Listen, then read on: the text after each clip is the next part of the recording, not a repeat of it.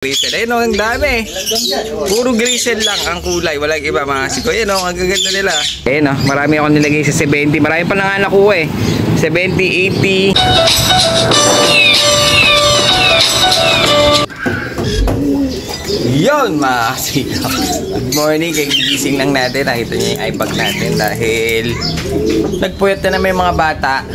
Alas 3 na naman tayo natulog. So yun, bali nilabas ko pala yung mga ibang bagsak sa atin ni Kuya kahapon sa pwesto. Ngayon, pinagsama-sama ko yung mga kulay. Ang ganda pala, napansin ko, ang dami palang grisel. Kaya pinagtabi-tabi ko sila. Mga siko, silipin natin ako. Ayun o, mga siko, puro grisel. Ang dami. Ngayon, silipin natin. Ang ganda kasi tinitignan.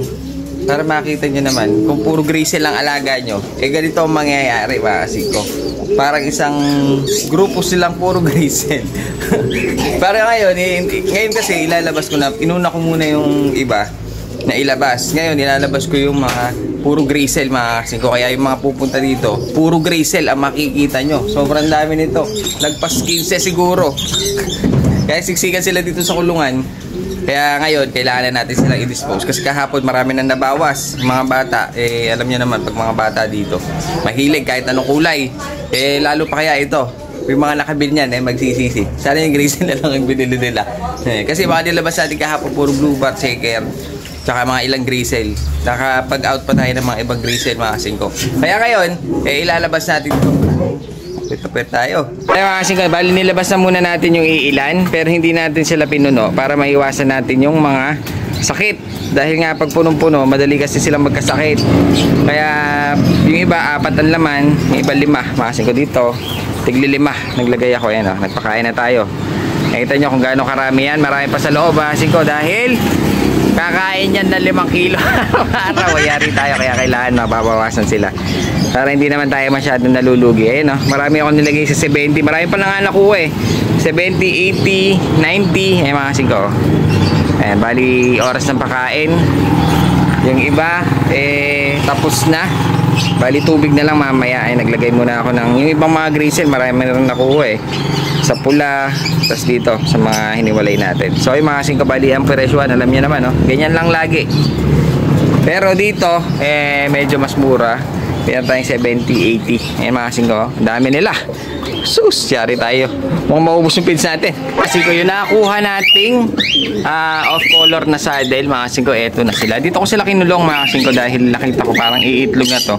Yung sinilip natin kanina, meron na siyang itlog, mga kasing ko, isa pa lang. Siguro mamaya pa lang yung isa niyang itlog, mga kasing ko. Yan, no? Ang itlog na siya, mga kasing ko, dahil nakitaan natin, dahil parang under yung cock. Kaya binigyan kagad natin siya ng pugad, ng pwesto, para umitlog. At dahil swerte tayo, ayun o, kasing ko, nangitlog na siya ng isa.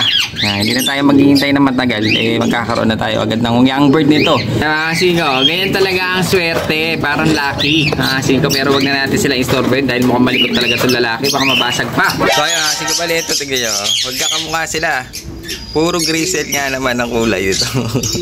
Puro dudumihin. Parang kasi madudumi ang kulay ng grisel eh, no? Pero ang ganda sa mata. Ang ganda pala pag puro grisel ng mga magkakasama, mga kasing ko. Biruin mo, ang flyer mo puro ganito. Magkakamukha. No?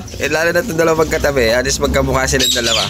Pero halos lahat magkakamukha pag grisel. No? Isa itsura. Dahil isa lang tao nagbagsak, mga kasing ko. Kaya siguro magkakapatid halos ito mga to. Kung hindi magtitito, magtitita, magkakapatid, magpipinsan. Ito mga dinala sa atin na grisel. Ayun o, ang dami. Puro grisel lang ang kulay. Walang iba, mga kasing ko. Ayun o, ang gaganda nila. Bali ito ngayon, ilalabas na natin. Kasi nailabas natin kahapon yung iba na siguro nailabas natin doon, mga kasing ko, mga nasa 30 piraso. Ngayon, ilalabas naman natin itong mga grisel na to. Maraming kasing naghahanap kahapon ng mga grisel. Kaya naglabas tayo ng mga ilan. Nabawas pa nga ito dahil nakapaglabas tayo ng mga 6 na piraso. Mga kasing ko, kung tutusin, dapat nasa 20 piraso ito. Ayan, bawas pa yan.